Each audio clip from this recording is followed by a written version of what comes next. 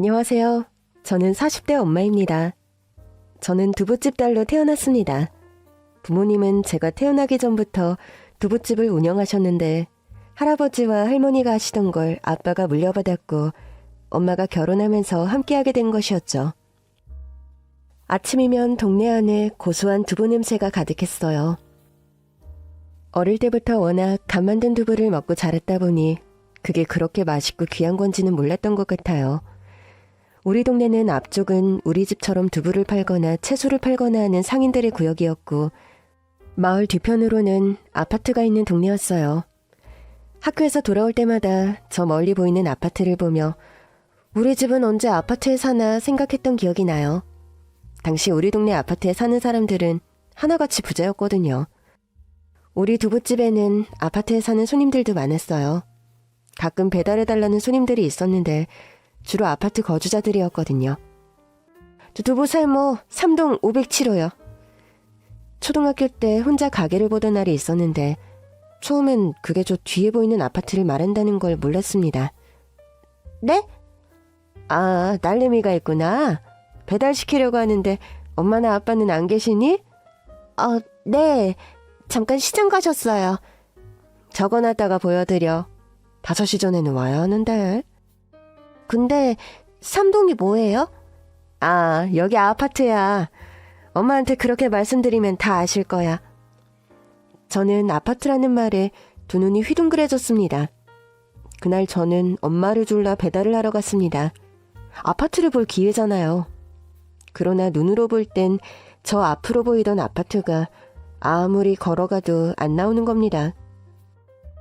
저는 결국 뜨끈뜨끈한 두부 세모를 든 채 길에서 엉엉 울고 말았죠. 그때 웬 남자애가 말을 걸더라고요. 야, 너 왜 울어? 아파트가 안 보여.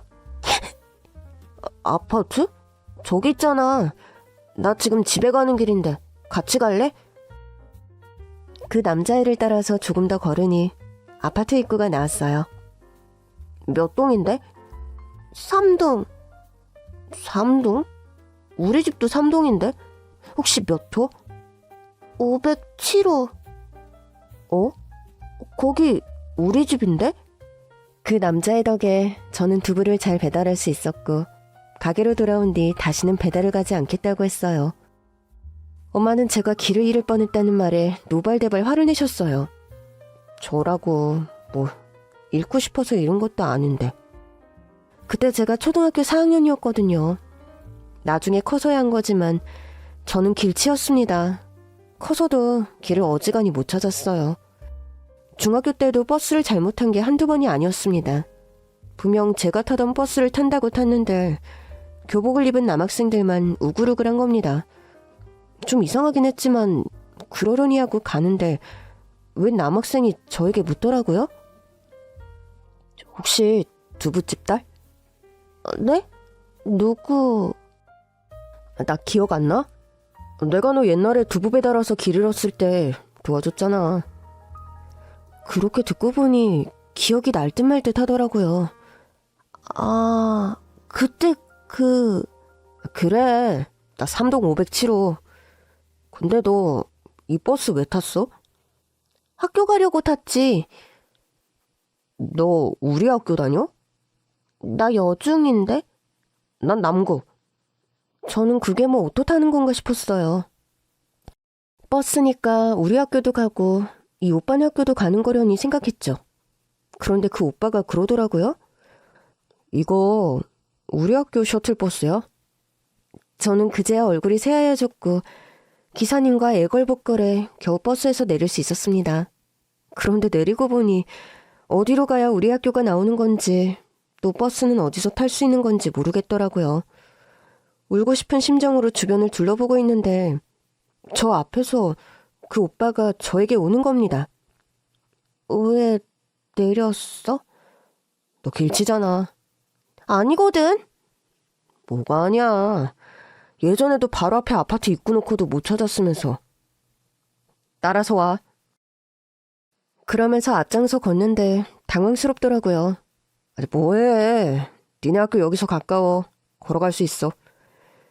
그 말에 일단 따라가 보기로 했죠.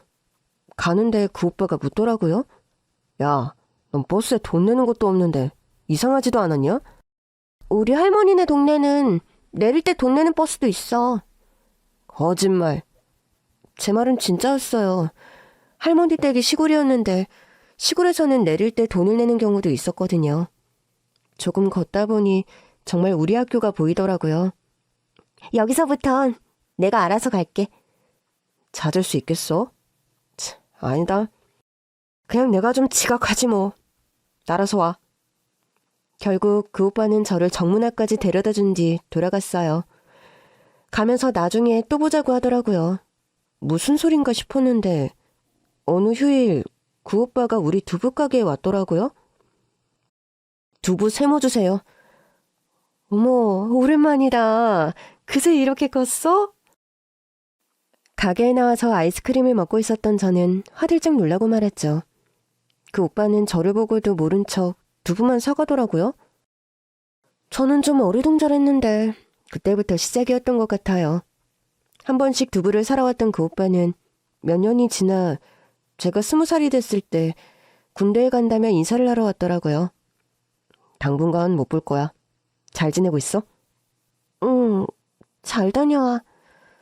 그런데 그가 선뜻 돌아서지를 못하는 겁니다. 그러더니 묻더라고요. 편지 써줄래? 그날 이후 문구점이 보일 때마다 예쁜 편지지를 샀습니다. 우리는 편지로 소통하기 시작했고 그가 전역한 뒤부터는 사귀기 시작했죠. 사귄 지 몇 년이 지났을 때 생각지 못한 소식이 찾아왔습니다. 나 임신했어. 정말? 어떡해? 뭘 어떡해? 결혼해야지. 그러나 저의 임신 소식을 들은 부모님은 크게 당황하셨죠. 그래서 결혼하겠다고? 아기도 생겼으니까 내가 그 집에 대해 들은 게 많아서 그래. 그 집 엄마가 보통 여자가 아니라더라. 내 남자친구는 안 그래. 내가 같이 살 사람은 남자친구잖아. 네가 결혼을 안 해봐서 그래. 시어머니 자리가 얼마나 중요한 건데.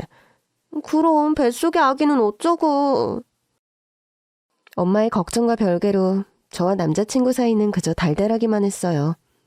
남자친구는 하루라도 빨리 저를 시댁에 인사시키고 싶어 했습니다. 일단 장인어른 장모님께 인사부터 드릴까? 그러지 말고 자기 집 먼저 가자. 엄마가 결혼을 반대한다는 얘기는 차마 못하겠더라고요.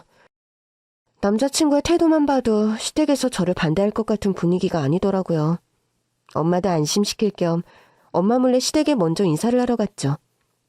안녕하세요, 어머니. 어머니? 누가 들으면 벌써 결혼이라도 한 줄 알겠다. 저는 당황스러워했습니다. 남자친구는 저보다 더 당황스러워하더라고요. 엄마, 갑자기 왜 그래? 내가 우리 애기 생겼다고 결혼하겠다고 했을 땐 데리고 와보라고 했잖아. 혼전 임신이 무슨 벼슬이야? 애만 가지면 다 결혼하냐고. 수준이 맞아야 결혼을 하지. 두부집 딸이라며. 네. 우리가 니네 집 단골 좀 해줬다고? 감히 내 아들이랑 결혼할 생각을 해? 엄마, 그게 무슨 말이야. 내가 먼저 좋아해서 고백했어. 그럼 좀 만나다 말 것이지. 임신은 왜 시켜? 응? 예비 시어머니의 막말은 계속됐고 결국엔 드라마에서나 보던 일까지 벌어지고 말았죠. 이했다. 이거나 먹고 떨어져. 예비 시어머니는 제 얼굴에 돈봉투를 집어던졌습니다. 시댁은 금융업에 종사하는 가부집이었어요. 두부집 딸내미가 시집을 온다고 하니 성에 안 차는 심정은 이해할 수 있었습니다. 차마 화도 못 내고 한숨만 내쉬는데 남자친구가 불같이 화를 내더라고요. 엄마, 대체 이게 무슨 짓이야? 집을 나오는 길 남자친구는 저에게 연신 사과했어요. 우리 엄마가 원래 저런 사람이 아닌데 미안해. 내가 엄마한테도 가서 얘기 잘할 거니까 자기는 걱정하지 말고 있어. 알겠지? 그러나 집으로 돌아온 저는 한숨만 나오더라고요. 엄마의 말이 모두 사실이었으니까요. 시댁의 반대와 저의 고민으로 인해 결혼이 차일피일 미뤄지는 사이 배는 점점 불러왔습니다. 결국 결혼을 안 할 수가 없었죠. 결혼 후 저는 예쁜 딸을 낳았어요. 비록 시댁과의 관계도 새신랑을 못마땅해 하는 친정과의 관계도 무언나 쉽지 않았지만 딸은 저와 남편 그리고 친정과 시댁 사이에 유일한 연결고리였습니다. 물론 시댁에 갈 때마다 가시방석이었죠. 그래도 어떡해요. 우리 딸은 너무나 예뻤고 남편도 제 편인데 무서울 건 없었어요. 그러나 시어머니의 구박은 날이 갈수록 심해져 나중에는 저는 빼고 딸과 남편만 왔으면 좋겠다는 통보까지 하시더라고요. 아니, 꼭 너까지 와야겠니? 늙은 시엠이 혈압 올라 쓰러져야 속이 시원하겠어? 엄마, 무슨 말을 그렇게 해. 당연히 이 사람도 우리 가족인데 와야지. 가족은 무슨? 애 가져서 부잣집에 시집 오니까 아주 살판 났지? 엄마 그만 좀 해요. 나중에 우리 딸이 자라서 할머니가 엄마한테 이렇게 한 거 알면 좋아할 것 같아? 그럼에도 남편은 언제나 제 편이었어요. 그런 날이면 집에 돌아와 제 어깨도 주물러주고 발 마사지도 해주며 제 비위를 맞추려고 엄청 애썼거든요. 사실 그런 남편에게 발 마사지를 받고 있으면 시어머니에게 보란 듯이 보여주고 싶었습니다. 이것 봐라. 당신 아들이 날 사랑해서 이렇게까지 한다. 물론 보여줄 수는 없었죠. 아마 그 모습까지 봤다면 가뜩이나 절 못 잡아먹어서 안달인 시어머니가 절 가만뒀을 리가요. 그렇게 몇 년이 흘러 딸이 유치원에 다니던 어느 날이었어요. 유치원에서 전화가 왔는데 딸이 병원으로 이송 중이라는 겁니다. 병원으로 가보니 딸이 사지를 못 쓰고 있는 거예요. 선생님, 우리 애가 왜 이래요? 유치원에서 갑자기 픽 쓰러졌는데 병원에 데리고 와보니 선천적인 병이 있는 것 같대요. 네? 그럴 리가요. 매년 건강검진도 다 받았는데 아무 문제 없었어요. 자세한 건 의사랑 얘기해 보셔야 할 것 같아요. 담당 의사는 원인은 뇌에 있는데 아무래도 선천적 문제 같다고 하더라고요. 남편도 연락을 받고 급히 병원으로 왔죠. 이게 다 무슨 소리야? 우리 딸이 왜? 선천적인 것 같다는데 당신 집에 뭐 문제 있는 거 아니야? 그런데 갑자기 남편이 황당한 소리를 하더라고요. 그게 무슨 소리야? 우리 딸이 저렇게 된 게 내 탓이라는 거야? 우리 집은 대대로 부자인데다 다들 건강한 체질을 타고났어. 선천적인 거라며. 우리 집이 아니니까 당신 집이 문제인 거 아니야. 당신 지금 그게 나한테 할 소리야? 겨우 두부집 딸내미 데려다가 부잣집 며느리 만들어줬는데. 당신 어머니는 매번 나한테만 뭐라고 하잖아. 우리 딸 좀 구박 안 받게 잘하라고. 이래놓고 구박 안 받기를 바래? 그럼 어머니가 날 구박하는 게 당연하다는 거야? 앞으로는 더 받겠네. 겨우 손녀 하나로 점수 따고 했었는데 손녀까지 저렇게 만들었으니. 남편은 딸의 병이 제 탓이라며 저를 몰아세웠고 아픈 딸의 얼굴은 보지도 않은 채 돌아가 버렸습니다. 딸의 병은 하루아침에 나을 수 있는 게 아니었어요. 그렇게 몇 달을 병원 신세를 지고 있는데 시어머니가 처음으로 병원에 오신 겁니다. 어머니 오셨어요? 애는? 지금 약 먹고 자요. 아니, 언제까지 병원에 두라는 거니? 병원에 둔다고 다시 사지를 쓸 수 있는 것도 아닐 거 아니야. 지금 상태가 안 좋아서. 병원비가 얼마씩 나고 있는지 알기나 해? 네? 그건 남편이 내고 있는데. 걔 돈이 내 돈이지. 뭐 그 주머니는 딴 주머니인 줄 알아? 내가 이래서 수준 맞는 집이랑 결혼해야 한다고 한 거야. 남편 돈이라고 아까운 줄도 모르고 쓰는 거지? 어머니, 이건 우리 딸 치료비잖아요. 제가 언제 명품 하나라도 사본 적 있어요? 명품? 네 주제에 무슨 명품 타령이야. 아무튼 어차피 못 고칠 거면 퇴원시켜. 할 일 없는 네가 집에서 온종일 보면 되잖아. 지금 수술할 수 있는 상태가 되기를 지켜보는 중이에요. 내가 미쳤지. 내가 필사적으로 말렸어야 했어. 저렇게 흠덩어리인 걸 좋다고 데려올 땐 언제고 이제야 이혼을 하겠다고 하니. 네? 아직 네 남편한테 못 들었냐? 네 남편 너랑 이혼한다더라. 사실 시어머니의 말을 믿지 않았어요. 워낙 결혼 후에도 막말을 많이 하셨던 분이라 이참에 우리 부부 사이를 완전히 갈라놓으려고 하시는구나 생각만 했었거든요. 물론 남편은 딸이 입원한 뒤로 연락도 받지 않았고 가끔 집에 가도 얼굴을 볼 수가 없었어요. 딸의 병원비는 남편이 준 카드와 통장에서 쓰고 있었죠. 그런데 중간 병원비를 계산하려고 하는데 카드도 정지돼 있고 통장에도 잔고가 없는 겁니다. 이럴 리가 없는데? 다른 카드는 없으세요? 저 병원비 계산 이따 저녁에 해도 되죠? 네, 그럼요. 아무래도 집에 갔다 와야 할 것 같더라고요. 생활비로 쓰던 통장과 카드만 챙겨왔는데 갑자기 카드도 안 되고 통장 잔고마저 비어버리니 당혹스러웠습니다. 집으로 가면서도 남편에게 연락을 해봤는데 여전히 연결되지 않았어요. 급히 집에 도착했을 때였습니다. 집안에서 이상한 신음이 들리더라고요. 그 소리는 안방으로 갈수록 더 가까워졌고 설마 제가 집에 없는 사이 도둑이라도 든 건가 싶었습니다. 심장이 다 벌렁거리더라고요. 조심스럽게 안방문을 열었을 때 저는 벌거벗은 남편이 보였습니다. 그리고 차마 입에 담을 수 없는 광경이 펼쳐져 있었죠. 그 순간 얼마나 놀랐던지 저는 방문 앞에 서서 그 둘이 저를 발견할 때까지 넋을 놓고 서 있었어요. 뒤늦게 절 발견한 남편이 기겁하면서 침대에서 떨어지더라고요. 둘 다 당장 나가. 여보.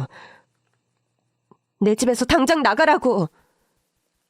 아니, 저 당혹스러운 건 알겠는데 그건 아니지. 이건 내 집이잖아. 뭐? 그리고 나 이 사람이랑 재혼할 거야. 그러니까 당신이 나가. 창피한 건 아는지 이불로 주요 부위만 가린 채 말하는데 기가 차더라고요. 남편이 태도를 바꾸자 상간녀도 당당한 척 침대에서 저를 보더군요. 저는 결국 지갑이든 가방만 들고 집을 나왔습니다. 저랑 남편이 쓰던 침대에 낯선 여자가 벌거벗고 있던 모습이 잊히질 않더라고요. 다음 날 남편이 병원으로 찾아와 이혼 서류를 내밀더라고요. 그런 꼴을 보인 건 미안하게 생각해. 먼저 서류 정리를 해야 했는데. 이제 와 그렇게 말하면 불륜이 사랑이 돼? 난 사랑이야. 그래? 그렇게 당당한데 왜 나한테 말을 못했어? 지금 하고 있잖아. 그냥 적절한 시기를 기다리고 있었던 것뿐이야. 그러셔. 지금이 적절한 시기는 맞고? 돈 때문에 그러지. 근데 우리 집은 원래 돈이 많았고 당신이 내 재산 증식에 기여한 바가 없잖아. 근데도 위자료를 바래? 우리 딸 치료비는? 이제 나랑 상관없지. 당신의 집 때문에 애가 저 모양으로 태어난 건데 내가 그것까지 책임져야 하나? 정말 오만정이 다 떨어져서 이혼을 안 할 수가 없더라고요. 그래도 그 사람이 원하는 대로 해주기 싫어서 일단은 서류만 놓고 가라고 했습니다. 가뜩이나 열받는데 해달라는 대로 다 해줄 수는 없잖아요. 그런 뒤 잠든 딸을 보는데 마음이 무너지더라고요. 며칠을 고민하다가 결국 남편에게 연락했어요. 이혼 서류에 도장 찍어서 보낸다고요. 딸을 위해서 좋은 마음을 갖기로 했어요. 내가 좋은 마음을 먹어야 우리 딸이 좋아질 거라고 믿었거든요. 직접 얼굴을 보고 싶지 않아서 등기로 서류를 보내고 병원으로 돌아왔는데 담당 의사가 그러는 겁니다. 수술을 시도해봐도 될 것 같습니다. 정말이에요? 네. 조금 전에 상태를 체크해봤는데 수술 가능할 것 같아요. 이혼 서류를 보내준 뒤 희소식이 날아온 거죠. 문제는 수술비였습니다. 친정에선 아직 제가 이혼당했다는 사실을 모르고 있었어요. 그러니 제가 수술비를 걱정한다는 것도 모르고 있었죠. 며칠 뒤 수술 날짜가 잡혔고 저는 은행으로 향했습니다. 저 신용 대출 좀 받을 수 있을까요? 필요하신 금액이 얼마세요? 2천만 원 정도요. 직원은 이런저런 조회를 해보더니 깜짝 놀라며 말했습니다. 어? 통장에 10억 있으신데요? 저는 당황했습니다. 제가 알고 있던 제 통장 잔고는 10만 원이었거든요. 처음엔 직원이 숫자를 잘못 본 건가 싶었어요. 잔고가 10만 원 있을 건데 누가 송금했나요? 직원은 다시 확인해봐도 잔고가 10억이 맞는다면서 보낸 사람의 이름 석자를 알려주었습니다. 그 이름을 듣는 순간 저는 개거품을 물고 말았죠. 말도 안 돼요. 그럴 리가 없는데. 아는 분이세요? 그게 잠깐만요. 확인 좀 해봐야 할 것 같아요. 저는 너무 당황해서 일단 남편에게 전화를 걸었습니다. 그런데 전화기가 꺼져 있더라고요. 마지못해 시어머니에게 전화를 걸었는데 전화를 받은 분이 저에게 버럭 화를 내더라고요.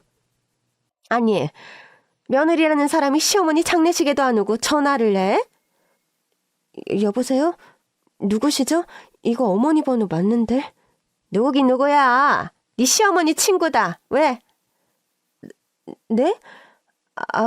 혹시 우리 딸 돌잔치 때 오셨던... 그래, 대체 뭐 하자는 거야? 신랑까지 저렇게 누워있는데 시어머니 장례 준비할 생각은 안 하고 어디서 뭘 하는 거냐고? 도대체 그게 무슨 말씀이세요?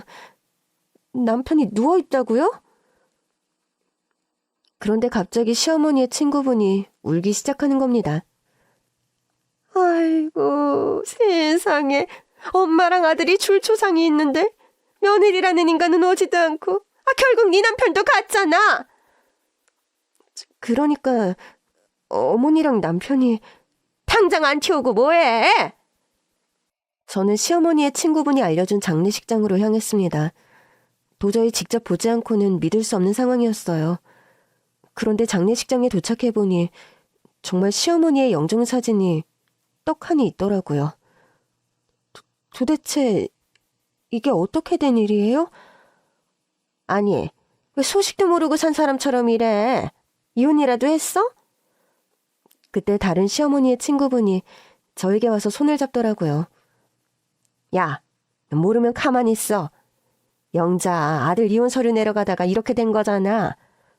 저는 상황을 잘 몰라서 자세히 좀 알려주세요. 글쎄, 그날 아침에 나한테 전화가 왔어.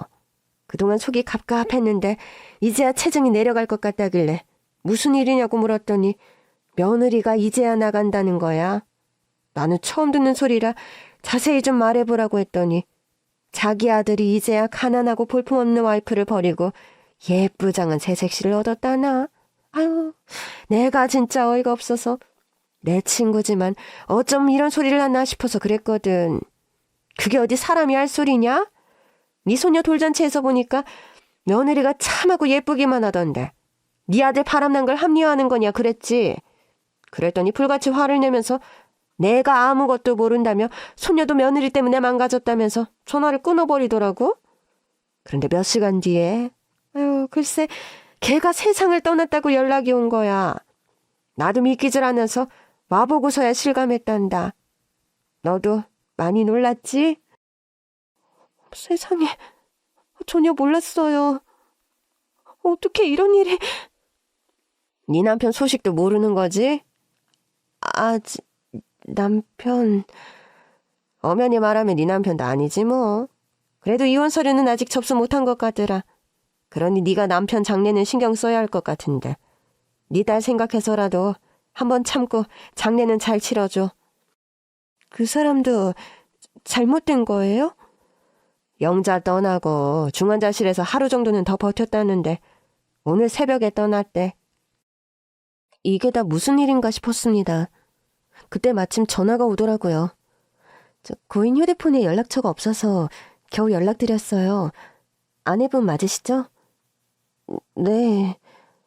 남편분이 오늘 새벽에 돌아가셨어요. 지금 영안실에 계시는데 와서 확인 좀 부탁드려요. 남편도 같은 병원에 있었기에 옆 건물로 갔더니 바로 확인할 수 있더라고요. 저는 남편을 보고서야 모든 상황을 실감했습니다. 이혼 서류를 보낸 뒤 며칠 만에 일어난 일이었어요. 영안실에서 나오는데 형사들이 저를 기다리고 있더라고요. 오셨네요. 댁에도 안 계셔서 한참 찾았습니다. 네, 제가 딸 때문에 병원에서 지내거든요. 그러시군요. 가뜩이나 힘드신데, 이런 참담한 소식을 전하게 돼서 정말 죄송합니다. 어떻게 된 거죠? 대충은 들었는데. 차에 세 분이 타고 계셨는데, 교통사고로 시어머니랑 다른 여자분은 그 자리에서 돌아가셨고, 남편분은 중상으로 이송됐었어요. 그런데 고비를 못 넘기셨다고 해요. 같이 타신 분은 가족관계는 아니던데, 지금 조사 중이긴 한데 혹시 아시는 분일까요? 형사가 사진을 보여줬고 저는 고개를 끄덕였습니다. 제 집 안방에서 남편과 함께 벌거벗고 있던 그 여자더라고요. 네, 상간녀예요. 그렇군요. 이분 가족들에겐 연락이 갔나요? 예, 연락을 시도는 했는데 아직 연결이 안 되고 있어요. 그럼 그분 장례는 못 치르고 있는 건가요? 예, 아직. 형사는 오히려 미안하다는 듯 저에게 모든 상황을 전해주었습니다. 저는 일단 남편의 장례를 진행하기로 했고 친정엄마에게 연락했어요. 엄마, 놀라지 말고 들어. 최서방이 사고가 나서 장례를 치러야 할 것 같아. 뭐?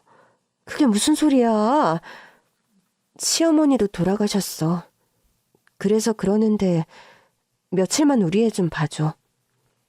그때는 정신이 없어서 10억의 출처를 찾는 건 잊고 있었어요. 장례를 치르는데 남편의 친구들도 와서 혀를 차더라고요. 재수씨, 고생 많으셨죠? 네? 뭐...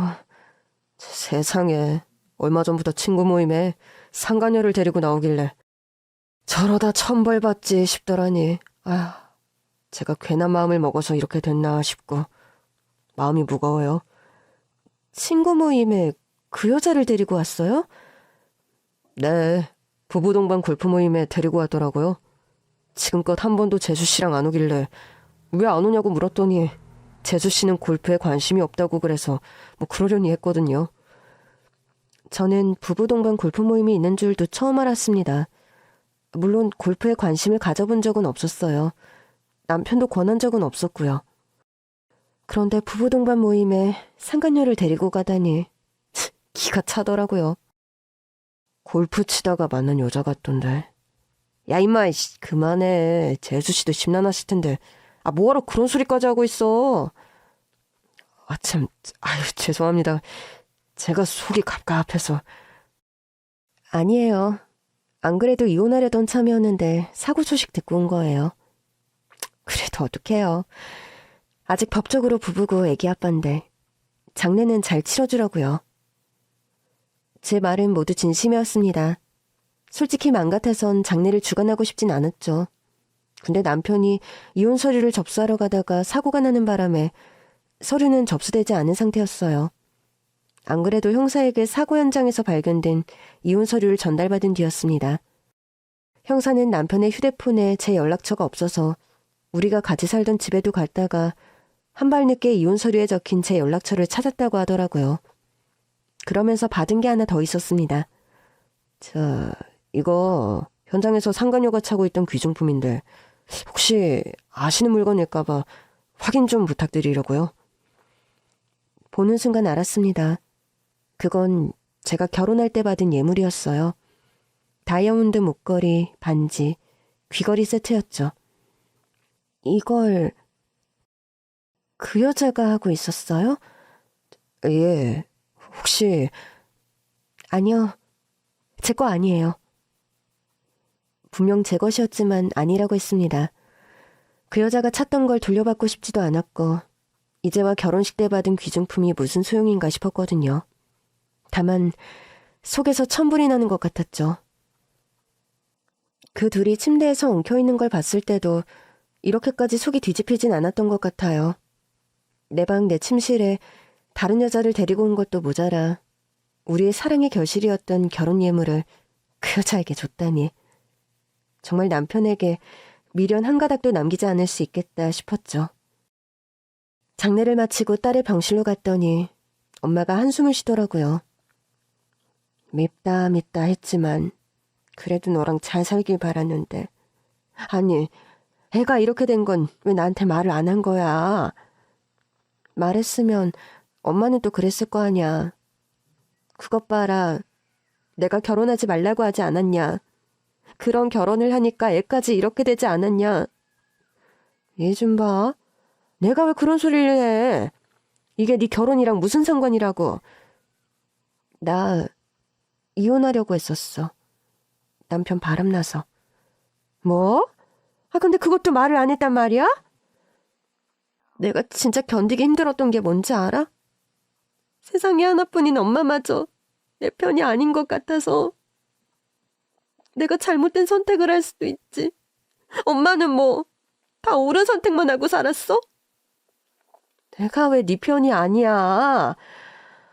네 편이니까 속이 상해서 그러는 거지. 알아.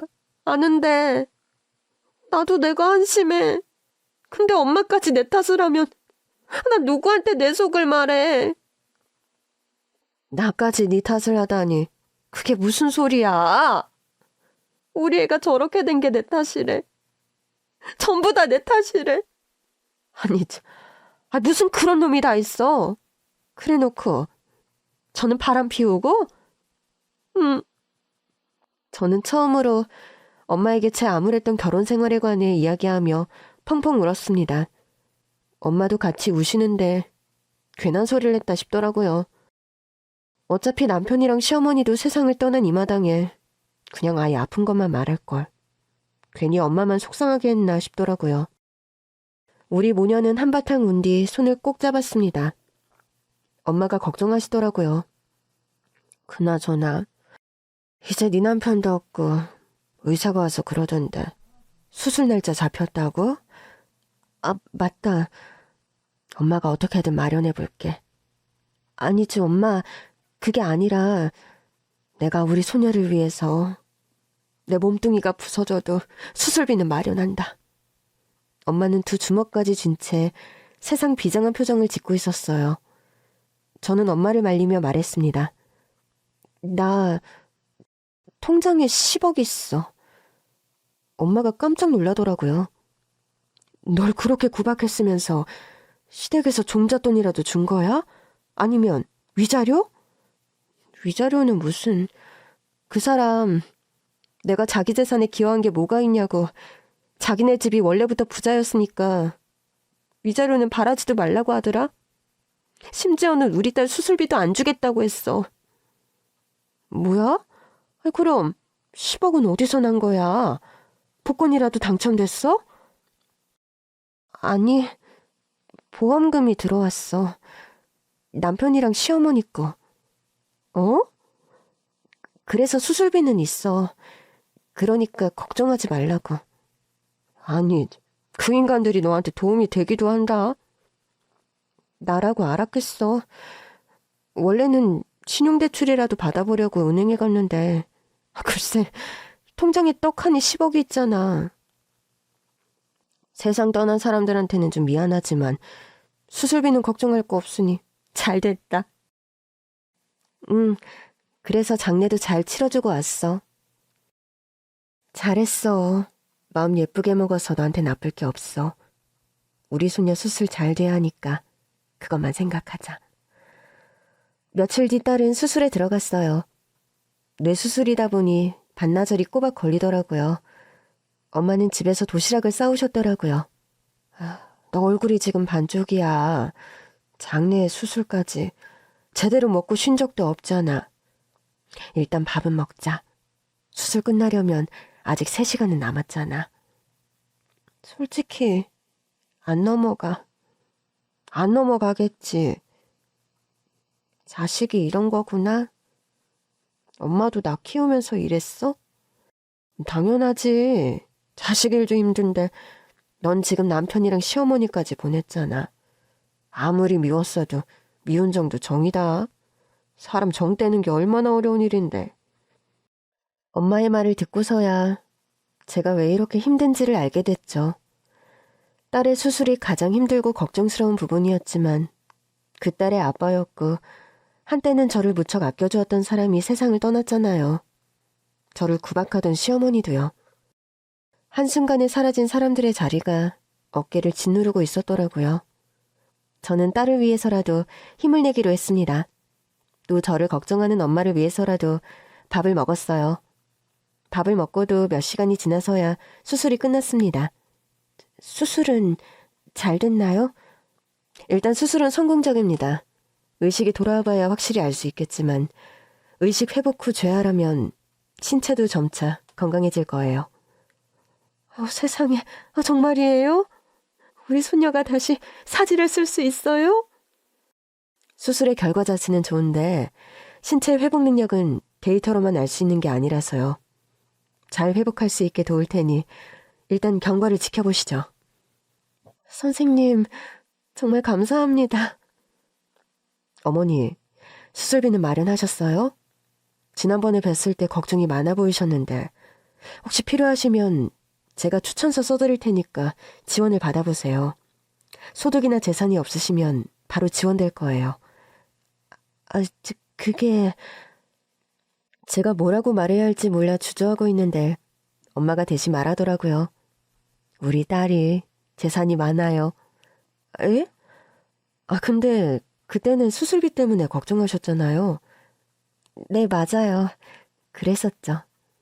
근데 제가 재산이 많더라고요. 이걸 참 뭐라고 해야 할지.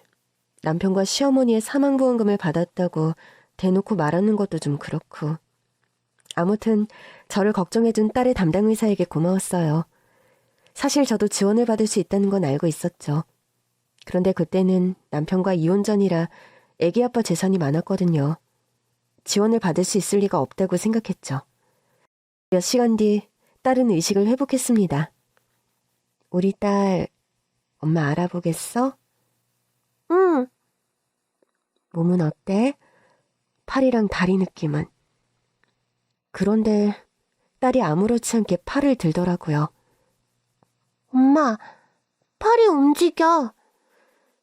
저랑 엄마는 너무 놀라서 눈물을 쏟았고 딸은 어리둥절한 얼굴로 물었어요.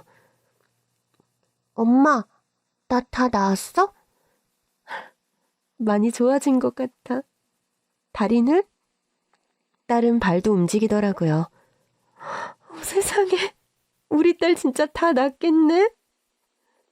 다음날 딸의 상태를 살펴보던 담당 의사가 미소를 짓더라고요. 수술이 아주 잘 된 것 같네요. 선생님, 정말 감사해요. 아닙니다. 어머니께서 잘 버텨주신 덕분에 가능한 수술이었어요. 많이 힘드셨죠?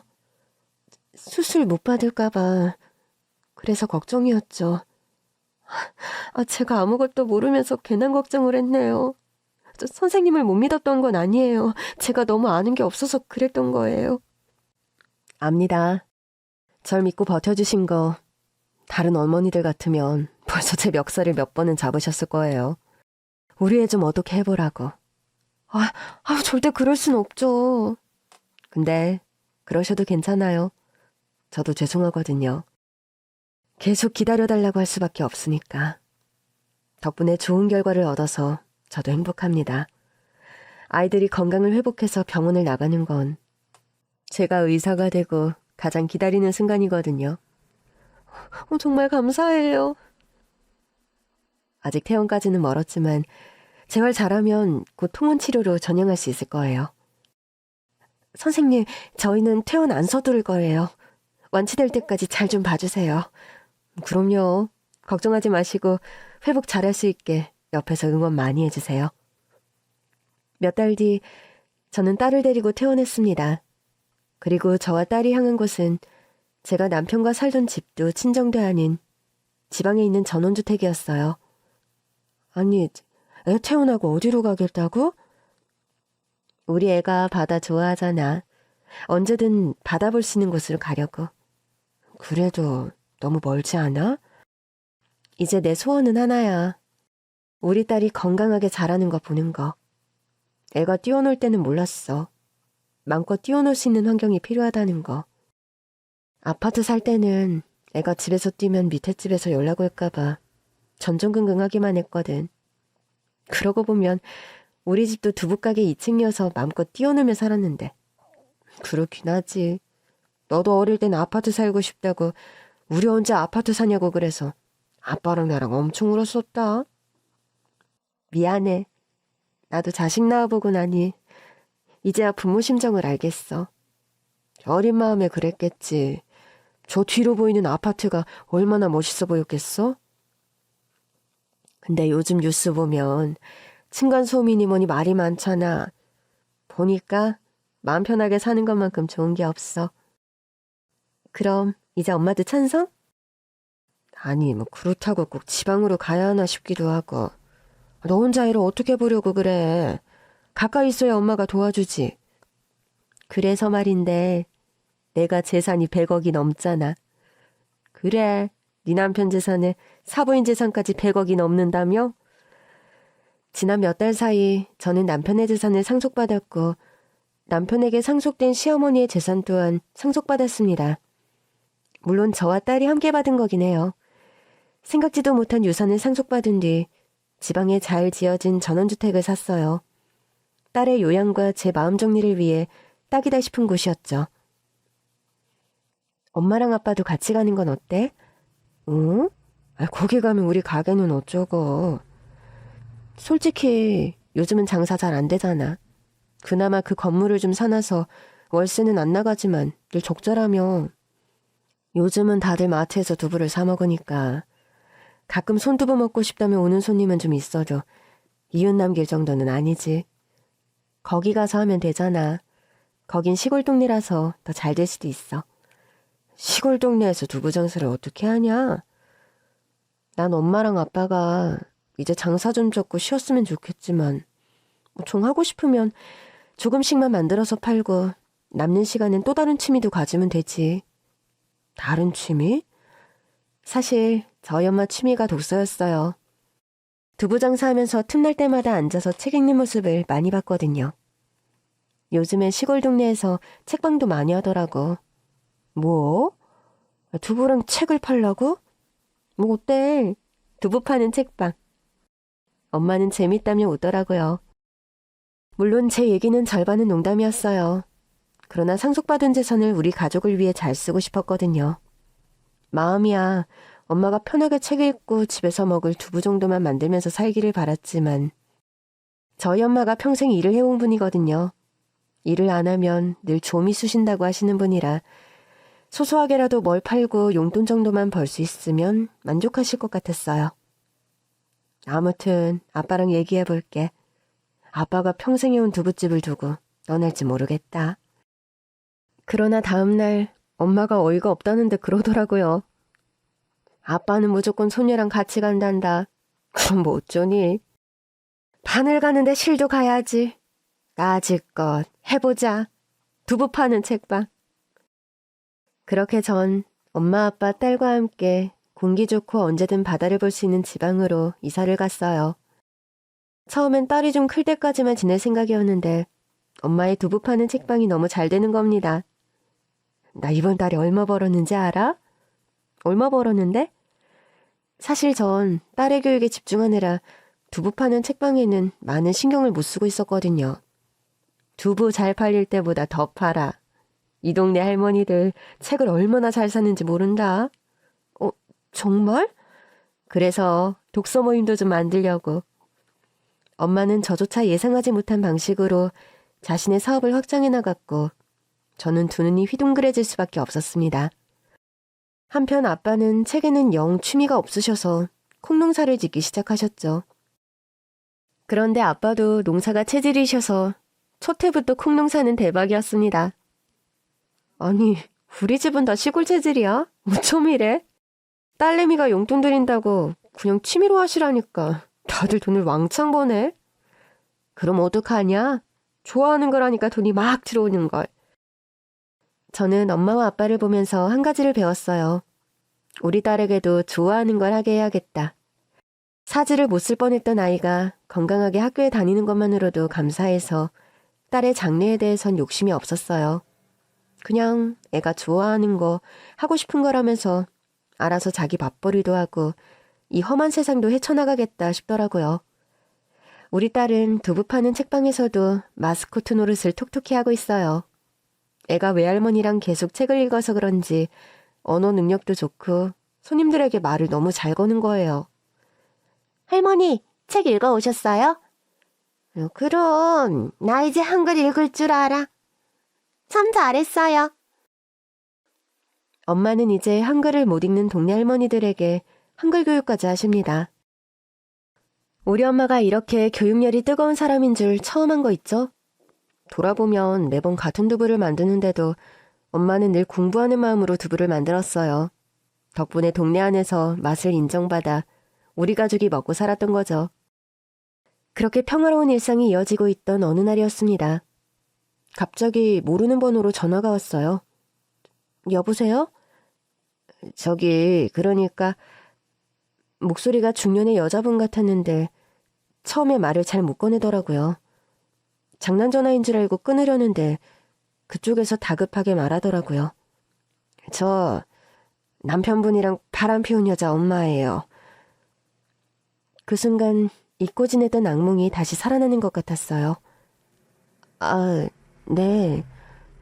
혹시 좀 만날 수 있을까요? 사실 전 내키지 않았어요. 죄송한데 저는 생각이 없어요. 이제 와서 과거의 일을 생각하고 싶지도 않고요. 남편이 세상을 떠나고 수년의 시간이 흘러 있었습니다. 딸이 건강하게 잘 자라는 것만으로도 그를 용서할 수 있다고 생각했어요. 그런데 그 전화를 받는 순간 마음 깊이 남아있던 미움이 솟구치더라고요. 한 번만 만나주시면 안 될까요? 그러나 상간녀의 어머니는 계속해서 저를 설득하셨죠. 근데 제가 몸이 안 좋아서 지금 요양병원에서 있거든요. 저더러 와달라는 말씀이신 거죠? 죄송합니다. 무례한 건 아는데 저도 시간이 얼마 안 남아서요. 저는 결국 엄마 아빠에게 딸을 부탁한 뒤 상간녀의 어머니가 입원해 있다는 요양병원으로 갔어요. 우리 집에서 1시간 반 정도 거리에 있더라고요. 와주셔서 감사해요. 막상 보니 안색이 정말 좋지 않더라고요.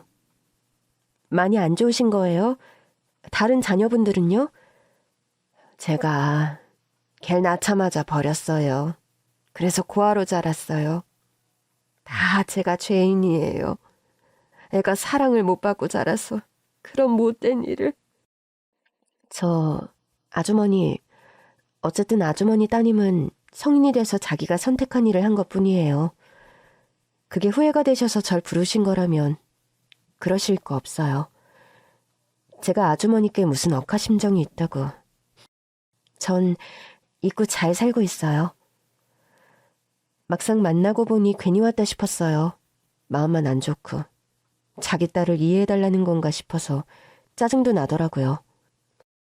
제가 이해해야 하는 일은 아니잖아요. 그런데 차마 병색이 짙은 얼굴에 그런 소리까지 못하겠더라고요. 그런데 상간녀의 어머니가 저에게 보석함을 내밀더라고요.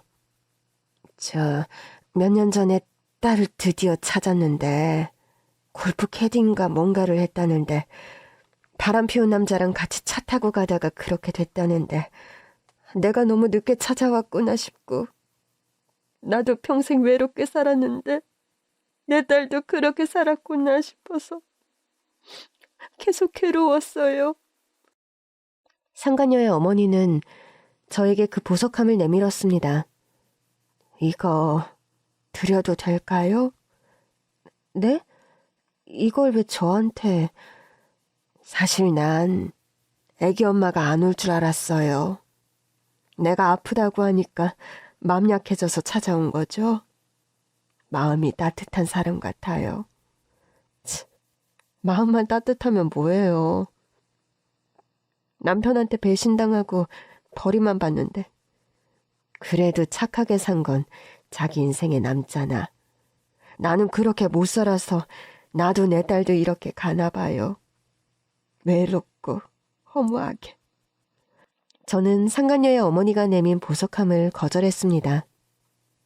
죄송한데 못 받겠어요. 이걸 제가 왜 받아요? 내 딸이 마지막으로 찾고 있었다는 보석이 있었는데. 저는 화들짝 놀라고 말았습니다. 이게 그거라고요? 딸 DNA로 친자 확인을 했더니 이걸 주더라고요. 유품이라면서. 근데 아무리 봐도 결혼 예물 같은 거야. 근데 걔가 그걸 받았을 리가 있나. 결혼도 안 했는데. 그래서 보증서를 봤더니 한참 전에 산 거더라고요. 그래서 원래 부인 물건을 훔쳤나 싶었죠.